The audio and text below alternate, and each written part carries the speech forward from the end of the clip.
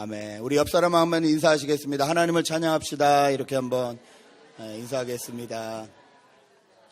네. 4월 첫 번째 주 우리 성찬 예배 오신 여러분을 환영합니다. 질문을 먼저 좀 드리겠습니다. 혹시 여러분이 가지고 계신 꿈, 여러분이 가지고 계신 소망이 무엇인지 다시 한번 여쭤보기를 원하는데요. 혹시 이런 분들 계실 것 같아요. 내 삶 가운데 이 문제만 좀 해결이 되면 내가 그 꿈을 다시 꿀 수 있을 텐데, 내 삶 가운데 이 문제만 좀 해결이 되면 내가 다시 그 소망을 바라볼 수 있을 텐데 라고 생각하시는 그런 일들이 있으신지요? 우리가 다 누구나 꿈이 있지 않습니까? 하나님이 오히려 성경에서는 꿈이 없는 자는 망한다고 하셨는데, 하나님이 주시는 꿈도 있으실 거고 개인적인 꿈도 있으실 텐데, 이것만 해결되면 내가 다시 그 꿈을 꿀 수 있겠는데, 혹시 그런 일들이 있다면 무엇이 있으실까요? 저희는 올해 성경은 드라마다라는 제목으로 계속 성경을 살펴보고 있습니다. 성경을 전체적으로 6가지 큰 프레임으로 나눌 수 있습니다. 그림을 다시 한번 보시면요. 성경을 이렇게 6가지 프레임으로 나눌 수 있습니다. 창조 사건이 있고요. 타락 사건이 있고, 그 타락한 뒤에 아브라함부터 시작해서 하나님이 언약을 해주시는 사건이 있습니다. 그리고 그 언약을 이루시기 위해서 예수 그리스도가 오셔서 우리를 구속해 주시는 사건이 있고, 그 뒤에 교회, 사도행전의 교회 사건이 일어나고, 그 다음에 마지막에 이제 새하늘과 새 땅이라고 하는 새 창조.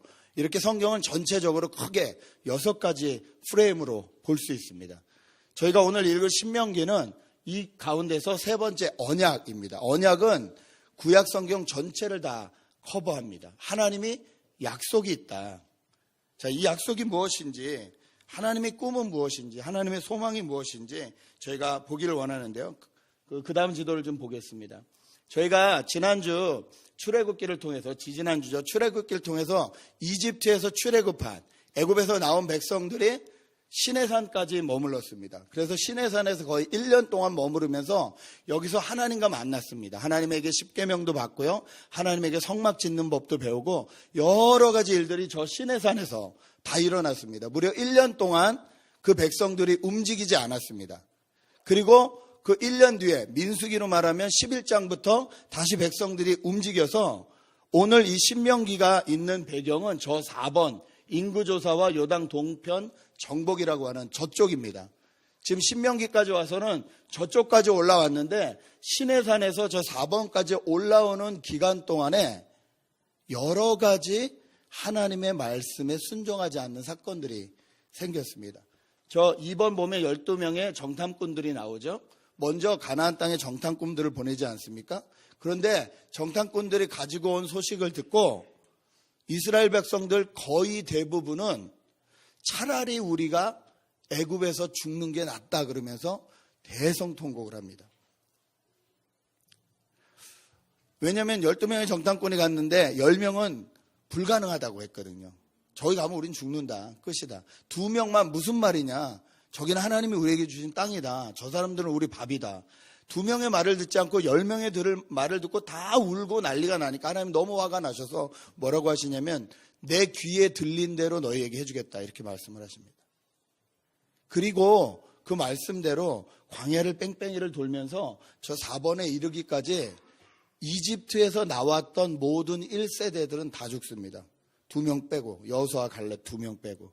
그리고 광야에서 새로 태어난 2세대들이 지금 저기 인구조사 요동 동편 정복에 있는 저 요단강 동쪽에 있는 것입니다. 저 요단강 동쪽에서 이제 요단강을 건너서 서쪽으로 들어가야 되는데, 그때까지 이 이스라엘 백성들을 인도했던 모세는 들어가지 못합니다. 그러니까 그 모세가 자기는 못 들어가니까 그 2세대들을 보내면서 마지막으로 다시 한번 하나님의 말씀이 무엇인지 깨닫게 해준 것이 신명기 전체입니다. 그 신명기 전체를 통해서, 특별히 오늘 이 8장의 말씀을 통해서 하나님의 꿈이 무엇인지, 한 번도 가보지 않은 땅, 이제는 리더도 없어지고 자기들끼리 가야 되는 두려움이 가득한 그 땅을 가려는 이스라엘 백성들에게 하나님이 무슨 말씀을 해주고 싶으신지, 저희도 미국에 처음 올 때에 여러 가지 소망을 꾸고 아마 미국에 오셨을 거예요. 미국에 가면 정말 이 꿈의 나라라고 하는데, 아메리칸 드림이 이루어진다고 하는데, 미국에 가면 이런 일이 일어날 것이다. 찬란한 꿈을 꾸고 오셨을 거예요. 오늘 앞에 우리 집사님 두 분이 앉아 계시는데, 저랑 일본에서부터 이분들이 시집장가 가기 전부터 저랑 알던 사이예요. 제가 전도사였고 우리 청년회장 했던 친구들이 부부가 돼서 결혼을 해서 또 저희 뒤에 미국에 와서 지금도 저 타주에서 정말 고생을 다 하면서 저희도 11년 만에 어제 처음 만났는데, 처음에는 정말 저희가 아주 놀라운 꿈을 꾸고 왔거든요. 다들 일본에서 올 때만 해도 미국에 가면 이렇게 될 거다 막 서로 처음엔 꿈을 나누고 단칸방에 살면서 막 쪽방 하우스에서 살면서 꿈을 꿨는데, 그 꿈이 이루어졌나? 그리고 이제부터 또 새로운 인생을 살아가야 되는데, 2017년 4월부터 한 번도 살아보지 못한 인생을 살아야 될 텐데 무슨 꿈을 꾸고 어떻게 나아가야 될까? 너무 두려워하는 그 사람들에게 하나님이 모세를 통해서 무슨 말씀을 하시냐는 거죠. 우리는 우리 인생의 꿈을 어떻게 꾸고 있으며 그 꿈이 이루어지려면 무엇을 바라봐야 되냐는 거죠. 오늘 말씀을 통해서 좀 같이 생각해 보기를 원합니다. 먼저 1절을 다시 한번 보시겠습니다. 1절 제가 읽습니다. 당신들은 오늘 내가 당신들에게 명하는 모든 명령을 잘 지키십시오. 그러면 당신들이 살아서 번성할 것이며 주님께서 당신들 조상에게 약속하신 땅에 들어가서 그 땅을 차지할 것입니다. 하나님이 먼저 새로운 발걸음을 띄는 백성들에게 하시는 말씀은요, 너희가 그 땅을 차지하게 될 거라는 약속입니다.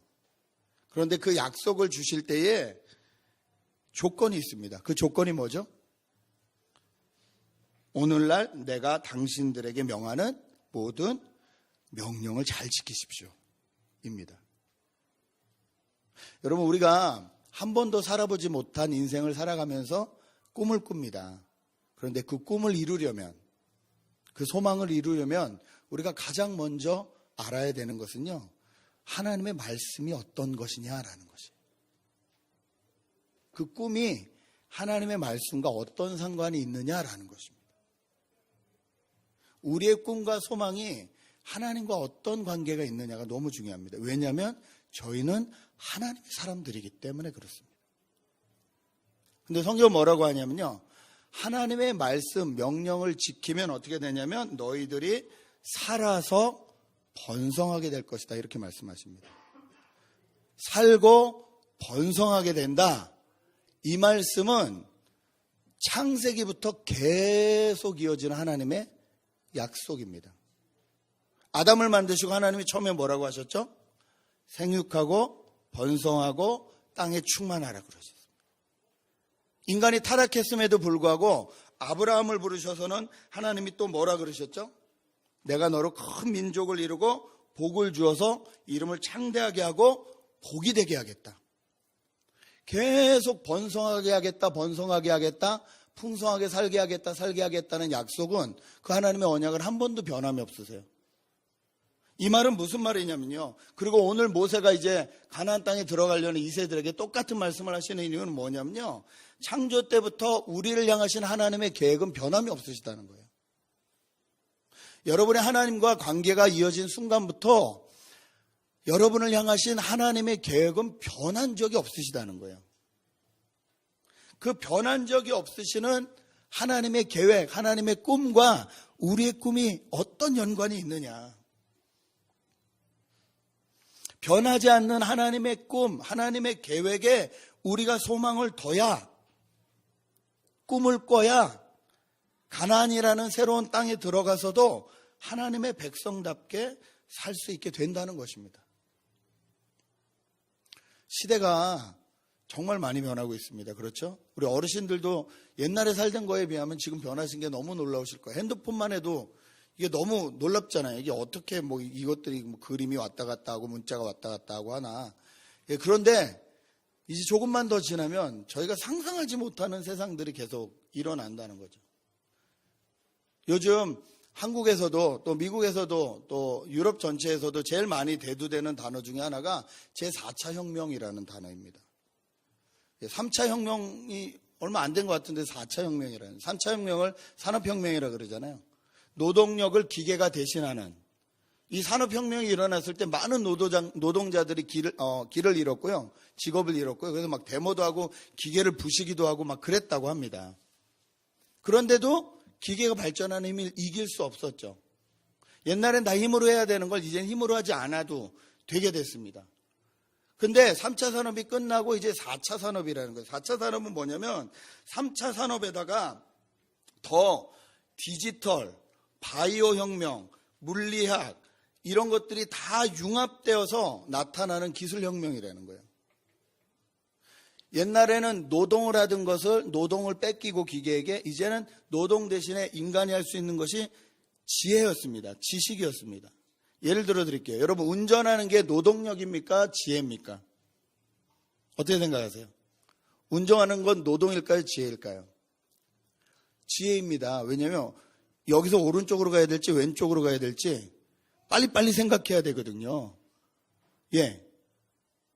옛날에는 그냥 다 노동으로 해야 됐던 것들이 이제는 시장들이 지혜로 변했어요.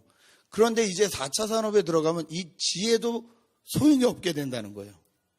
왜냐? 우리보다 훨씬 똑똑한, 그것도 말을 하는 컴퓨터가 나오거든요. AI라고 말하는.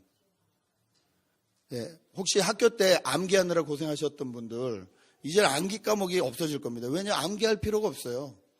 요만한 무슨 스피커만한 거 하나 두고 이름을 붙이는 거죠. 개똥이면 개똥이. 개똥아, 뭐 더하기 뭐는 뭐니?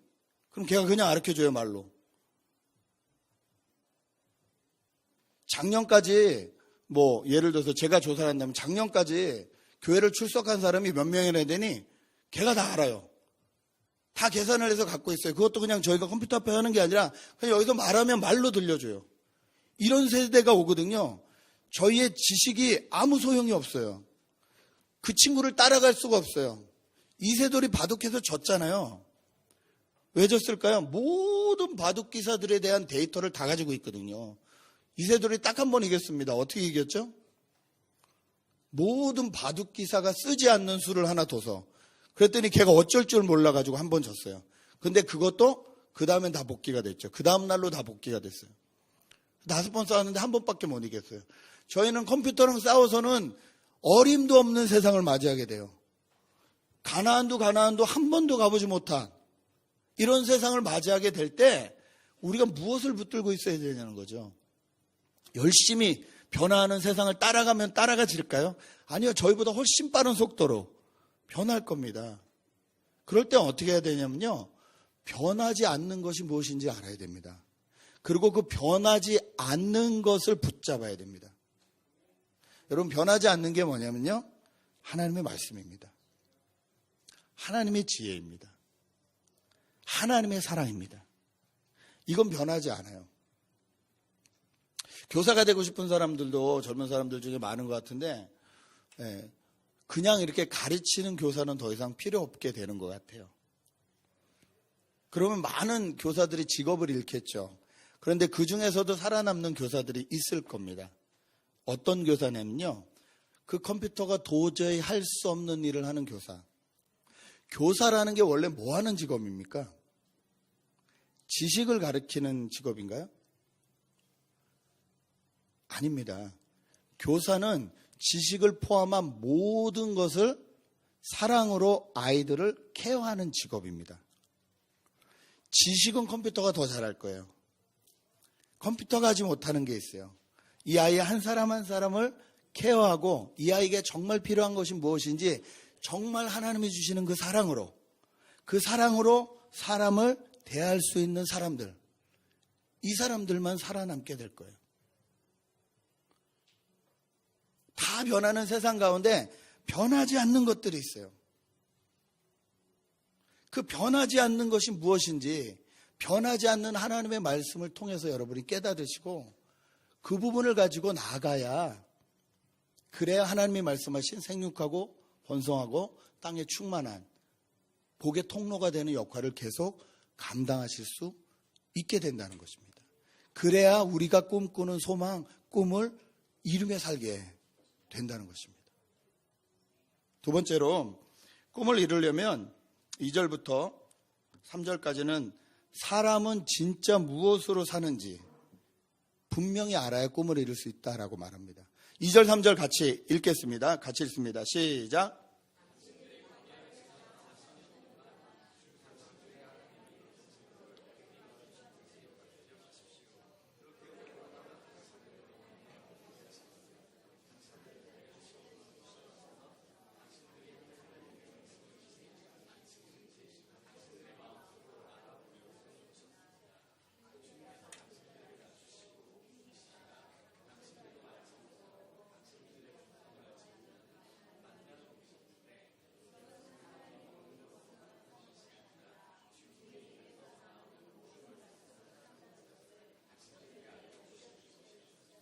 아멘. 제가 설교 서두에 혹시 꿈을 이루고 싶은데 요것만 해결되면 내가 꿈을 이룰 수 있지 않을까? 그 요것만이 무엇인지 한번 생각해 보시라고 했는데, 여러분, 저희가 거의 꿈을 포기하는 이유가 뭐죠? 이렇게 하고 싶은데 이렇게 못하는 이유가 뭐죠? 혹시 먹고 사는 문제 아니십니까?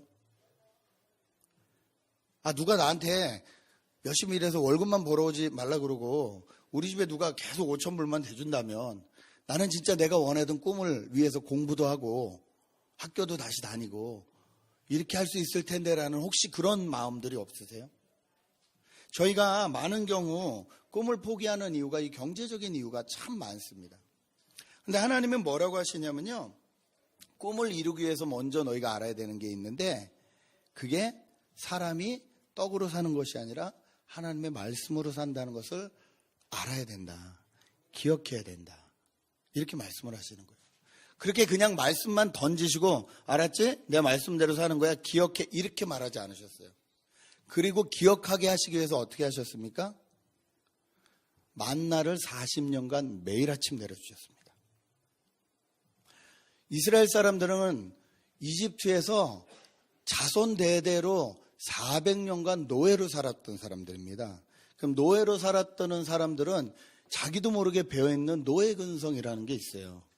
예. 시키지 않으면 안 하고 어쩔 수 없이 먹기 위해서만 일을 해야 되고 어떤 이런 근성들이 남아있어요. 그게 너무 두려운 거예요. 먹고 사는 문제가 너무 두려운 거예요. 이 두려움을 하나님이 없애주시기 위해서 뭐 했냐면 노동하지 않아도 먹을 수 있다는 것을 보여주셨어요. 그것도 40년간 매일. 그런데 해야 되는 걸 있었어요. 하나님의 말씀에 순종을 했어야 됐어요. 그게 뭡니까? 만나를 내려줄 텐데 해가 뜨기 전에 나가서 거둬야 된다. 그렇죠? 해가 뜨면 없어지게 하셨어요. 또 만나를 거둬야 될 텐데 내일 먹어야지, 다음에 먹어야지라고 아무리 많이 긁어도 소용이 없다. 딱 오늘 하루 먹을 분량만 걷어라. 욕심내서 걷어보면 어떻게 됩니까? 그 다음 날 아침에 일어나면 다 썩어 있는 거죠. 무슨 말씀이냐면 먹고 사는 문제는 내가 해결해 줄 텐데 그 먹고 사는 문제 가운데 내가 순종하라고 하는 부분은 너희가 순종을 해야 된다는 거예요. 이 훈련을 계속 40년간 시키시는 거예요. 계속 40년간 시키시면서 가르치는 게 뭡니까? 사람이 무엇으로 사는지를 알으라는 거예요. 진짜 사람은 무엇으로 살아야 되는지를 깨달으라는 거예요. 머리로만 깨달으는 것이 아니라 온 몸으로 깨달으라는 거예요. 여러분, 정말 중요한 사건들은요, 저희 머리에서 깨달아지지 않고요, 온몸으로 느끼게 됩니다. 그래서 나쁜 사건들도 예를 들어서 나한테 너무 충격이 되는 사건들이 온몸으로 깨달은 걸 뭐라 그러죠? 트라우마라 그러잖아요. 나는 그런 거에 대한 트라우마가 있어. 그 환경, 그 비슷하게 가면 트라우마가 있어. 네. 그래서 어떤 사람은 자동차를 평생 못 타기도 하고요. 그렇죠? 어떤 사람은 비행기만 타면 음식을 절대 못 먹고, 그런 거 있으시죠? 이거 먹고 되게 체한 적이 있으면 이거 못 먹는 이런 것들이 있잖아요. 그거는 머리가 깨닫는 게 아니잖아요. 몸이 기억하는 거예요. 정말 중요한 것은 몸이 기억하게 하기 위해서 계속 반복합니다. 그래서 운동선수들이 똑같은 동작을 그냥 반복하죠. 왜요? 정말 급한 순간에 생각보다 빨리 움직이기 위해서 반복하고 똑같은 것을 계속해서 몸이 외우게 하잖아요. 하나님이 40년간 계속 매일 아침마다 시키신 게 그거예요. 노예처럼 일해야 먹는 것이 아니라 먹는 것은 내가 해결해 줄 텐데 그 내 말에 순종을 하니 안 하니, 이 훈련을 받으시라는 거예요. 여러분, 우리가 하나님의 꿈을 이루고 우리의 꿈을 이루고 살려면요, 먼저 변하지 않는 하나님의 말씀에 우리의 꿈을 둬야 되고요. 두 번째, 하나님이 말씀으로 산다 그랬으면 그 말씀을 믿어드려야 된다는 거예요. 그리고 행동해야 됩니다. 요단강이 갈라질 거다 하나님이 말씀하셨어요. 그 믿는 건 그렇죠, 갈라질 거예요 라고 가만히 있는 건 믿는 게 아니에요. 어떻게 해야 됩니까? 발을 뒤져야 되는 거예요. 요단강에 발을 넣을 때 그때 갈라졌어요. 저희는 우리의 꿈을 막는 가장 두려운 이 먹을 것과의 싸움, 이 싸움을 날마다 하고 삽니다.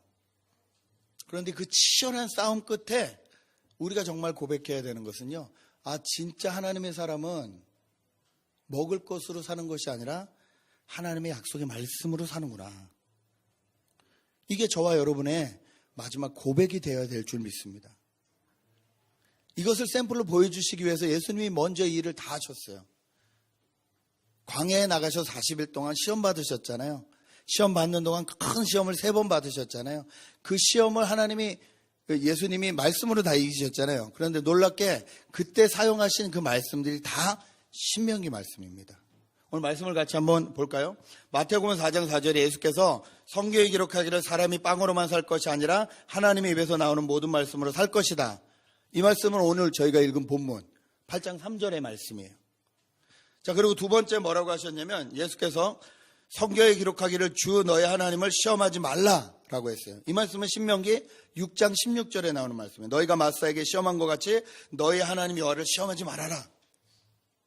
다 신명기 말씀으로 이기게 하시는 거예요. 마태복음 4장 10절, 주 너희 하나님께 경배하고 그분만을 섬겨라. 예수님이 이렇게 말씀하셨는데, 이 말씀도 신명기 말씀을 이용해서 6장 13절에 당신들은 주 당신들의 하나님을 경외하며 그를 섬기며 그의 이름으로만 맹세하십시오. 마귀를 말씀으로 다 이겼는데 어떤 말씀으로 이겼냐? 신명기 말씀으로 이긴 거예요. 예수님이 우리에게 먼저 삶의 샘플이 되어 주셨습니다.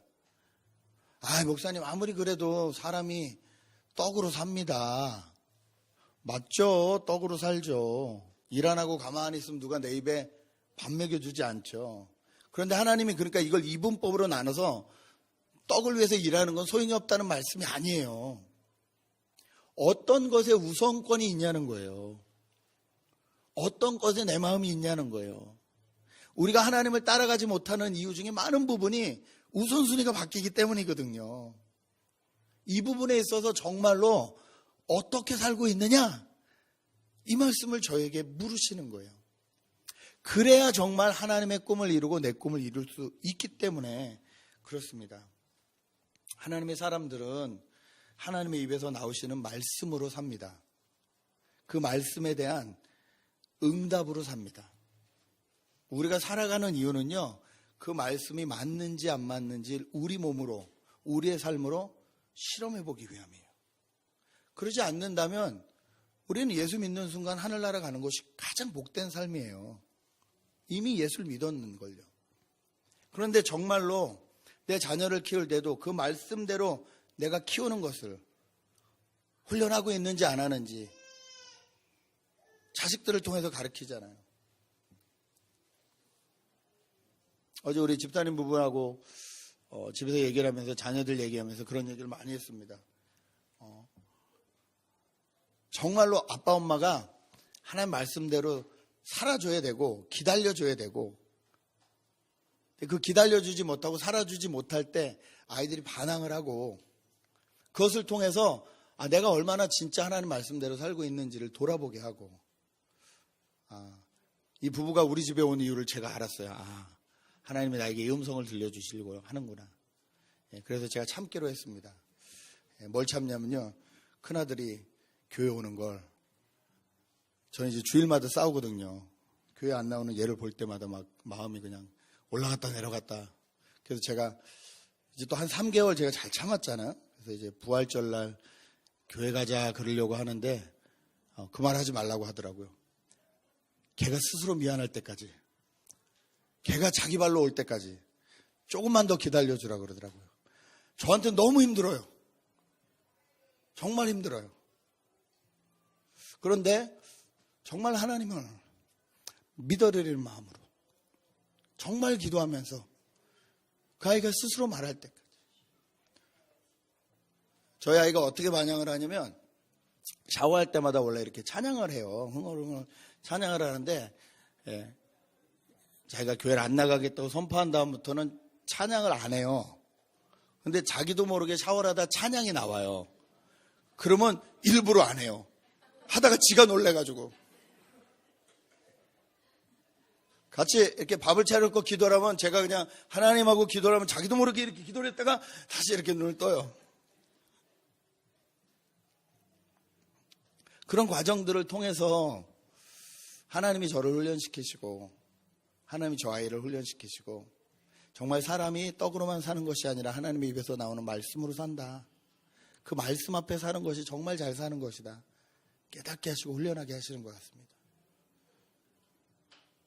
저는 이 산을 넘어야 하나님이 저에게 주신 꿈을 이룰 수 있다고 생각을 합니다. 여러분도 마찬가지입니다.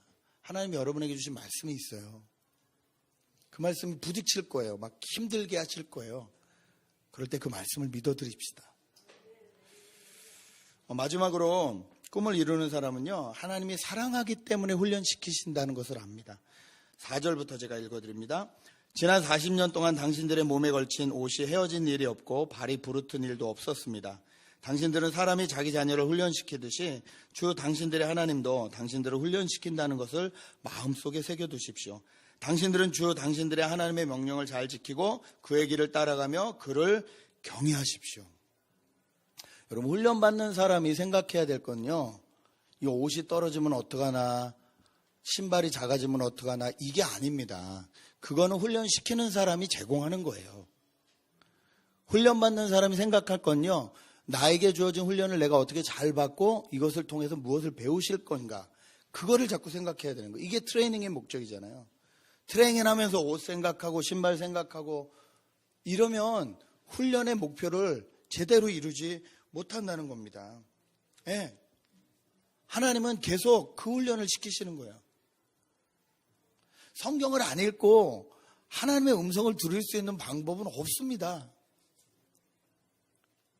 성경을 읽는 훈련을 하셔야 돼요.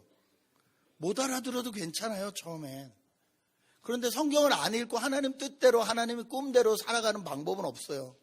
우리 가정을 위한, 나를 향한 하나님의 뜻을 발견하는 방법은 없습니다, 여러분.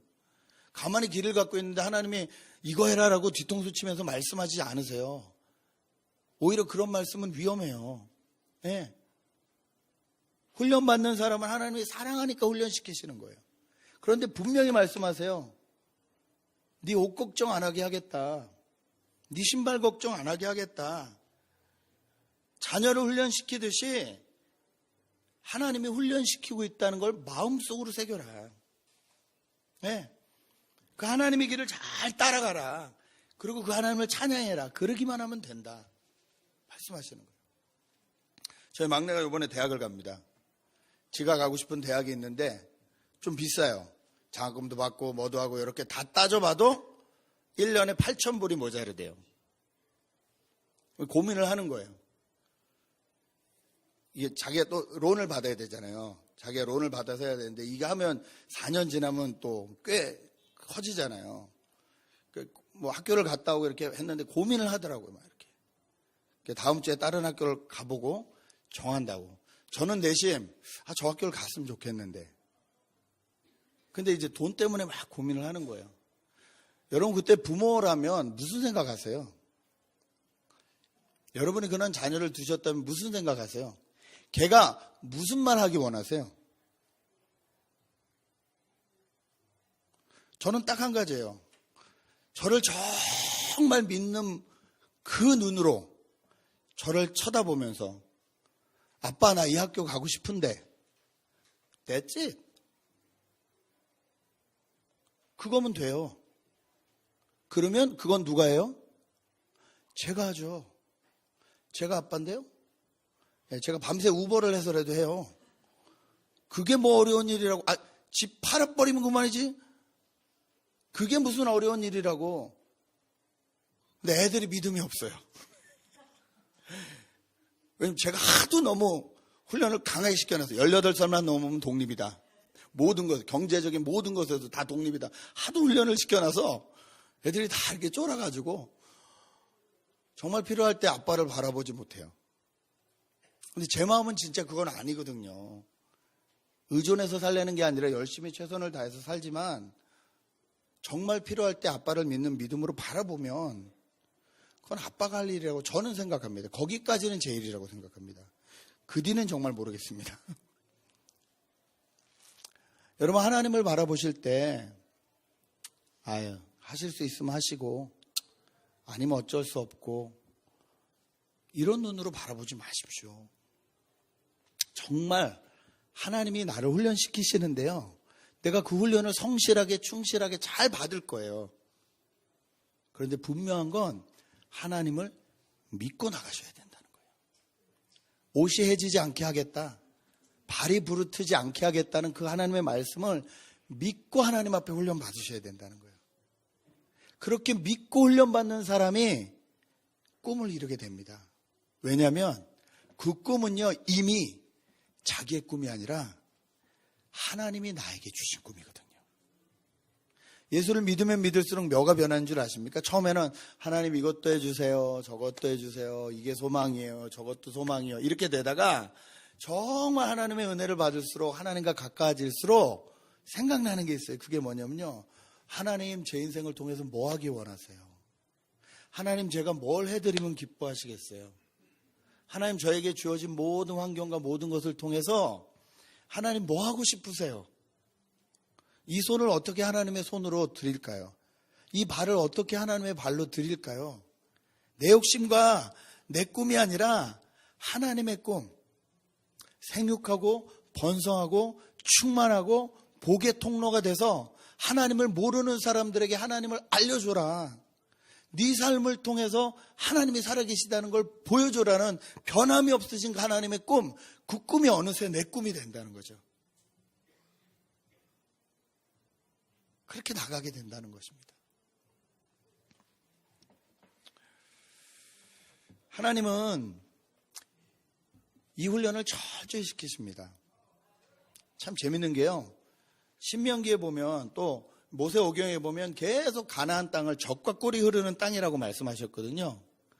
예, 맞아요. 뭐하고 비교하면 맞냐면요, 지금 돌아다니고 있는 광야하고 비교를 하면 당연히 젖과 꿀이 흐르죠. 거기는 물도 있고 산도 있고 나무도 있고 하니까 훨씬 환경이 좋아지죠. 그런데 여러분 기억하셔야 될 게 있어요. 옛날에 자기 조상들이 노예로 살던 이집트보다는 좋은 땅이 아니에요. 이집트가 훨씬 비옥해요. 저희가 자꾸 하나님의 꿈을 포기하고 리턴하는 이유가 이거예요. 세상이 좋사오니 여기가 훨씬 좋아 보이거든요. 여기가 훨씬 풍성해 보이거든요. 그런데 하나님은 뭐라고 하시냐면 그 땅이 축복된 땅이고 젖과 꿀이 흐르는 땅이라는 거예요. 진짜로 가보면 아닌데 왜 이렇게 말씀하시냐는 거죠. 그 비결이 신명기 11장에 있습니다. 11장 10절에서 15절, 좀 길지만 같이 읽었으면 좋겠습니다. 신명기 10절에서 15절 시작. 당신들이 들어가서 차지할 땅은 당신들이 나온 이집트 땅과는 다릅니다. 이집트에서는 채소밭에 물을 줄 때처럼 씨를 뿌린 뒤에 발로 물을 댔지만 당신들이 건너가서 차지할 땅에는 산과 골짜기가 많아서 하늘에서 내린 빗물로 밭에 물을 댑니다. 주 당신들의 하나님이 몸소 돌보시는 땅이고 주 당신들의 하나님의 눈길이 해마다 정초부터 섣달 금음날까지 늘 보살펴 주시는 땅입니다. 당신들이 오늘 내가 당신들에게 명하는 그의 명령들을 착실히 듣고 주 당신들의 하나님을 사랑하며 온 마음과 정성을 다하여 주님을 섬기면 주님께서 당신들 땅에 가을비와 봄비를 철따라 내려주셔서 당신들이 곡식과 포도주와 기름을 거두게 하실 것이며 들에는 당신들의 가축이 먹을 풀을 자라게 하여 주실 것이며 그리하여 당신들은 배불리 먹고 살 것입니다. 아멘. 이집트엔 나일강이 있었습니다. 나일강 근처에 그냥 씨 뿌려놓으면 알아서 자랐어요. 그런데 가나안 땅에는 없어요. 빗물 받아서 농사 져야 된다는 거예요. 그런데 여기는 누가 계세요? 하나님이 계세요. 정월 1월 1일부터 섣달 금은 12월 31일까지 하나님의 눈길이 같이 계세요. 그러면서 어떻게 하세요? 농사 지을 때 필요하다면 이른 비와 늦은 비를 내리시겠다는 거예요. 그렇기 때문에 그 땅이 축복된 땅이라는 거예요. 여러분, 우리가 지금부터 살아갈 이 세상은요, 옛날보다 비교하면 더 각박해질 거예요. 더 어려워질 거예요. 예, 더 힘들어질 겁니다. 그런데 그 땅이, 우리가 살아가야 될 그 땅이 왜 축복된 땅이 되냐면요, 하나님이 함께 계시기 때문입니다. 하나님이 함께 계시지 않으면 광야와 다름이 없어요. 구원은 은혜로 받지만 구원받은 뒤의 삶은 하나님 말씀에 순종함으로 받습니다. 하나님 말씀에 계속 순종함으로 인하여 우리에게 주어진 꿈이 하나님의 꿈이 되고 하나님의 꿈이 우리의 꿈이 되어서 하나님과 내가 하나님 나라를 같이 이루는 그 삶을 사시게 된다는 거예요. 저희 교회가 가만히 생각해 봤더니 이번 부활절이 저희가 이제 하나가 된 지 3년이 되는 해입니다. 벌써 3년이 됐습니다. 3년 동안 너무 수고도 많으셨고 또 지치기도 하셨을 거고, 아니 가면 갈수록 잘 돼야 되는데 식당에서 예배 드리자 그러고 불편한 것도 많으실 거예요. 예, 제가 온 지 3년이 지나더라고요. 벌써 너무 빠르죠? 그런데 이 시점에 저에게도 여러분에게 질문 드리고 싶은 게 있어요. 여러분, 교회가 왜 존재해야 된다고 생각을 하시는지요? 우리 교회는 어떤 꿈을 꾸는지요? 저는 교회를 시작할 때 분명히 꾼 꿈이 있습니다. 왜 유대인들은 신앙이 전승이 되는데 기독교인들의 신앙은 전승이 되지 않나? 뭐가 문제인가? 제가 내린 결론은요, 부모가 교육하지 않아서 그렇다는 거예요. 부모가 교육해야 되는 거예요. 주일학교 선생님이 교육하지 못해요. 학교 선생님보다 더 자주 안 보는 관계인걸요. 일주일에 한 번 1시간 보는 관계로 무슨 교육이 되겠어요? 어찌됐든 부모가 교육해야 되는 거예요. 그래서 그걸 하자, 이렇게 모였어요. 모여서 예배가 시작됐는데 하나님이 이렇게 또 교회를 모이게 해주셨어요. 그러면서 그 꿈이 더 커졌어요. 아, 하나님 나라는 장소가 아니라고 여러 번 말씀드렸어요. 3년 내내 말씀드렸습니다. 하나님 나라는 영향력이잖아요. 하나님이 다스리는, 하나님의 영향력이 하는 모든 것이 하나님 나라잖아요. 하나님 나라가 확장되게 하시려고 하나님이 교회를 합치셨구나. 그렇다면 이 교회를 통해서 하나님 나라가 확장돼야 된다는 거죠. 먼저는 우리 개인 가운데, 그리고 우리에게 주어진 가족 가운데, 우리에게 주어진 교회 공동체 가운데 하나님의 영향력이 확장돼야 됩니다. 그리고 이 지역사회 가운데 하나님의 영향력이 확장돼야 돼요. 근데 우리가 가만히 앉아있다고 영향력이 확장되지 않아요. 끊임없이 순종하고 끊임없이 훈련하고 끊임없이 싸우면서 한 발 한 발 믿음으로 나가야 됩니다. 이 4월이 시작되시면서 또 이 사순절 기간에 이제 고난주간을 앞두고 있으면서 하나님이 저에게 질문하시는 것 같아요. 네 꿈은 뭐니? 그 꿈은 너를 위한 꿈이니? 나를 위한 꿈이니? 여러분, 변하지 않는 하나님의 말씀, 변하지 않는 하나님의 계획에 여러분의 꿈을 다시 꾸시기를 주님의 이름으로 축복합니다. 변하지 않는 하나님의 말씀, 그리고 끝까지 책임지겠다는 하나님의 그 말씀에 우리 교회의 꿈을 다시 한번 올려드려야 될 줄 믿습니다. 4월에도 변하지 않는 것 때문에 승리하시는 저 여러분 되시길 주님의 이름으로 축복합니다. 같이 한번 기도하시겠습니다.